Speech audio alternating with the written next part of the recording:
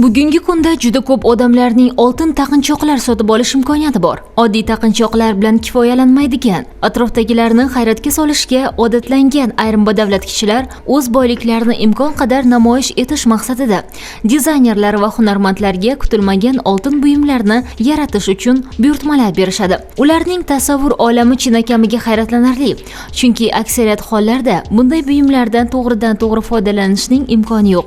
Ularni faqat tomosha qilish mumkin xolos. Keling, bunday buyumlarning ayrimlari bilan sizni tanishtiraman.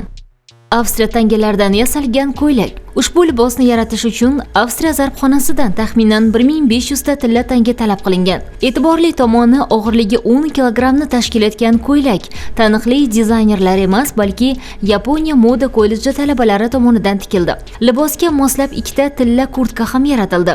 Namoyish etish chog'ida og'irligi 15 kilogramlik kurtka kiygan modelning umurtqa pog'onasi jiddiy jarohat olishiga sal qoldi. To'plamning umumiy qiymati 120 million AQSh dollaridan oshib ketadi.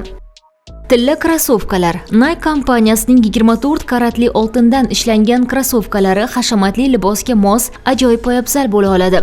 Bu oyoq kiyimi amerikalik dizayner Ken Courtney tomonidan yaratilgan. Afsuski, ularni kiyib yugurish yoki hatto yurishning ham imkoni yo'q. Ushbu krossovkalar 5000 AQSh dollariga baholandi.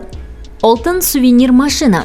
Har bir detali puxta ishlab chiqilgan kichkinagina Bugatti Veyron haqiqiy avtomobilning aniq nusxasidir. Uni yaratish uchun taxminan 2 oy vaqt ketdi. Sof oltindan yasalgan avtomobil yaltiroq tabiiy olmoslar bilan bezatilgan. Bu mashina oligarxning farzandi uchun ajoyib sovg'a bo'lishi mumkin. Uning narxi deyarli 3 million dollarga tushadi. Oltindan yasalgan haqiqiy avtomobil. 2011-yilda Hindiston zargarlik san'ati yubileyiga bag'ishlangan tadbirda hindistonlik ustalar faqat esdalik buyumlar bilan cheklanibgina qo'ymasdan oltindan yasalgan haqiqiy avtomobilni namoyish etdilar. 30 nafar zargar ushbu avtomobilni yaratish ustida ishlab, 80 kilogramm oltin, 15 kilogramm kumush va taxminan 10 mingta turli qimmatbaho toshdan foydalanishdi. Avtomobilning yakuniy qiymati 5 million dollardan oshdi. Oltin velosiped. Avtomobillardan tashqari oltin bilan qoplangan transport vositalarining boshqa turlari ham mavjud.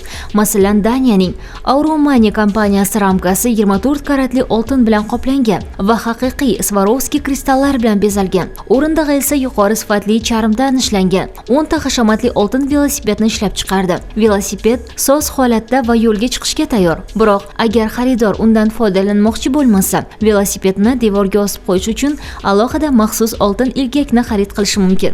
Bu transport vositasining narxi 80 ming yevroni tashkil etadi.